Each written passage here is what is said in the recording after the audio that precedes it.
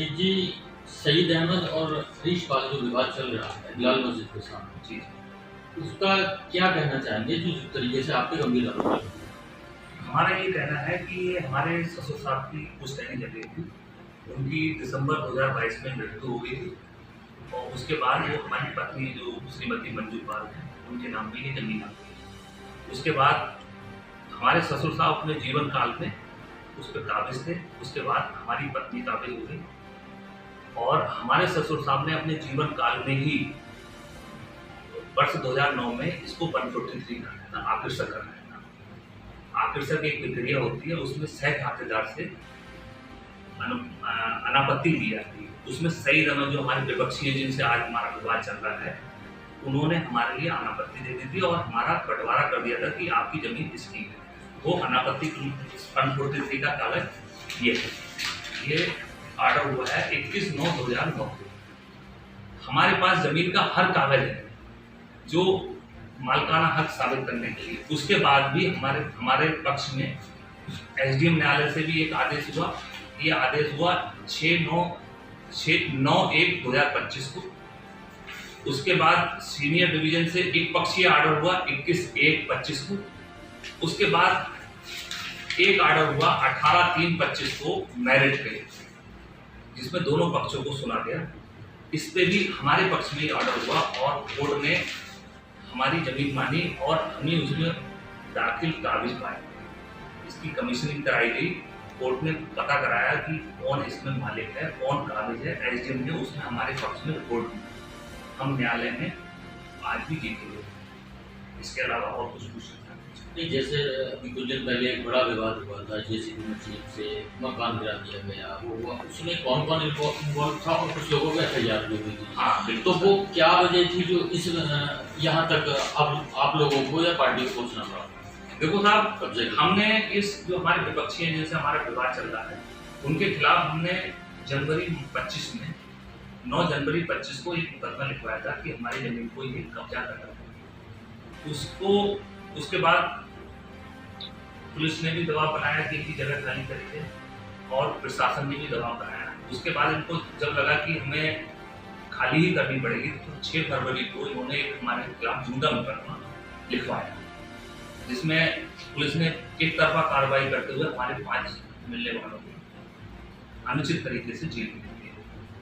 उसके बाद हमने अपनी बात रखना चाहिए। फिर हमारा इसी मामले में 17 फरवरी को मुकदमा पंजीकृत करा और उस मुकदमा पंजीकृत करने में हमारी सारी बात सुनी गई और जिसमें आज जब हम यहाँ बैठे हैं तो उसमें से 2 जो मतलब दोषी पाए गए हैं, उनको पुलिस ने अरेस्ट किया है। शायद जेल भरने की उम्मीद की जा रही है।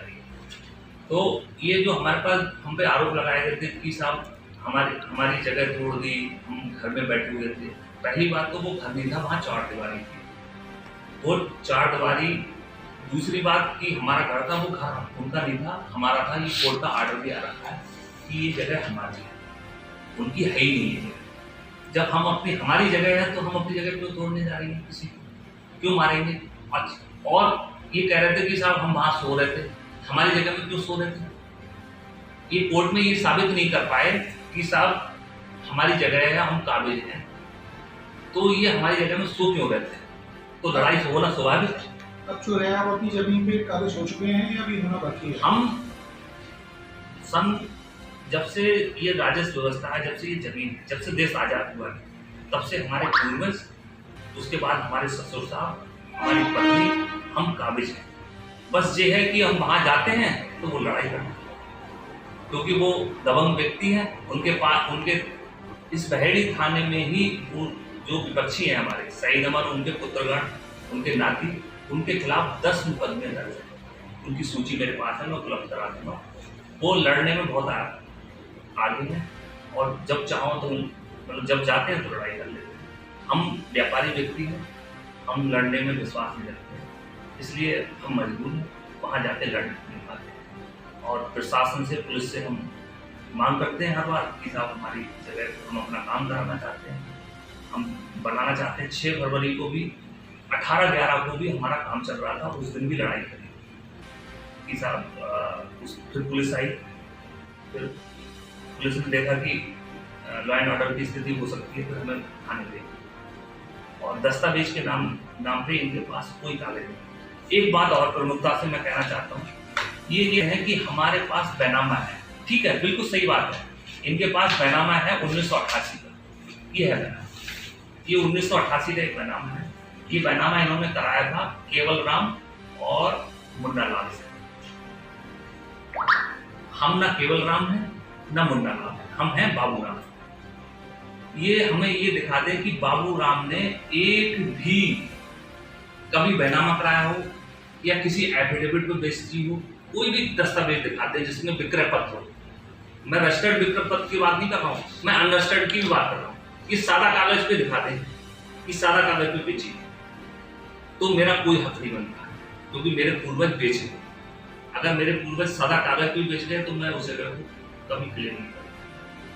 तो मेरा ये कहना है कि ये क्यों नहीं दिखाते कि साहब शपथ पत्र एफिडेविट दिखाएंगे तो किसी और का दिखाएंगे, बाबूराम का दिखाए ना, या बाबूराम के पिताजी का दिखा दें। तो ये कहना कि साहब हमने खरीदी थी, बिल्कुल खरीदी, जितनी खरीदी थी उतनी ले लो ना। ये 1702 वर्ग मीटर का बैनामा इनके पास है 1988 का, केवल राम और दूसरा नाम बताया मुन्ना।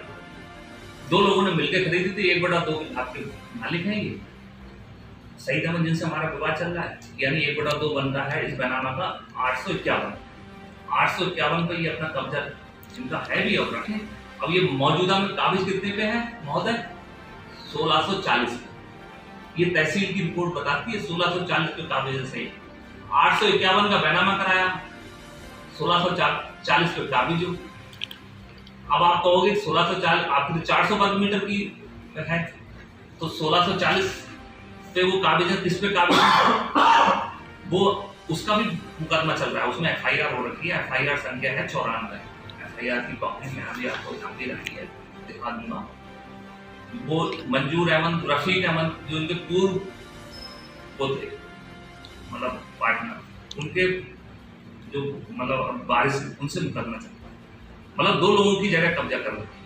मुझे उनके बारे में कुछ नहीं कहना है, मैं तो अपनी बात कर रहा हूँ कि मेरी 407 वर्ग जमीन पे, 407 वर्ग मीटर जमीन पे जब भी मैं जाता हूँ तो मेरे साथ लड़ाई करते हैं और झूठे मुकदमे में फंसाने की कोशिश करते हैं। और इनका ये कहना है कि मैं नेता हूँ, मैं नेता नहीं, मैं तो एक व्यापारी आदमी हूँ, अपना व्यापार करता हूँ, शांति से जीवन जीता हूँ। मेरे ऊपर आज तक डायरेक्ट कोई मुकदमा दर्ज नहीं है किसी भी थाने में भारतवर्ष।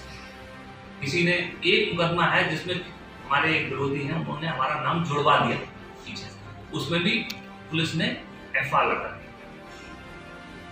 और इनके ऊपर बहेड़ी थाने में ही 8 से 10 मुकदमे दर्ज है। दूसरा ये मेरा एक बात और कहूँगा, मैं प्रशासन से ये मांग करता हूँ कि जिसके ऊपर 10-10 मुकदमे एक थाने में है तो उन पर गैंगस्टर की कार्रवाई क्यों नहीं हो रही? हम अपनी जमीन कब तक जमीन के लिए भटकते रहेंगे? मैं मुख्यमंत्री दरबार में भी गया, मैं OBC आयोग में भी गया, OBC आयोग ने भी स्पष्ट आदेश कर दिया कि इनकी जमीन, उसके बाद भी मैं परेशान और कुछ मुझे उस टाइम जमीन पर किसका कब्जा था और उस टाइम मुआवजा भी मिला होगा? बिल्कुल क्या आपको मिला था और उस टाइम कब्जा किसका था? उसमें जब बाईपास बना तो जितने लोग भी खतौनी में थे, जब बाईपास बना जितने लोग भी खतौनी में थे उनको सबको बराबर का मुआवजा सरकार के द्वारा दे दिया। उसमें खतौनी में दर्ज है किसको भी, ऐसा नहीं है कि किसी एक व्यक्ति को खतौनी। जब खेत के बीच से रोड निकलता है तो खतौनी में जितने नाम होते हैं उनको बराबर का मुआवजा दिया जाता है, वो खतौनी में दर्ज है। 1995 में खतौनी में सड़क विभाग द्वारा दर्ज किया गया कि इन व्यक्ति को मुआवजा दिया, सबने अपना मुआवजा ले लिया। अब हम इसमें ये कई बार ये कहने लगते हैं कि साहब इनकी रोड में चली गई, रोड में हमारी क्यों गई? सबकी गई रोड में, 1160 मीटर रोड में गई है, सबकी गई। अब मेरी अकेले तो ना चली जाएगी, रोड वालों को क्या पता किसकी है? वो तो सबको बराबर मुआवजा ले लिया, सबने ले लिया, वो आर्डर चढ़ा हुआ है। और सर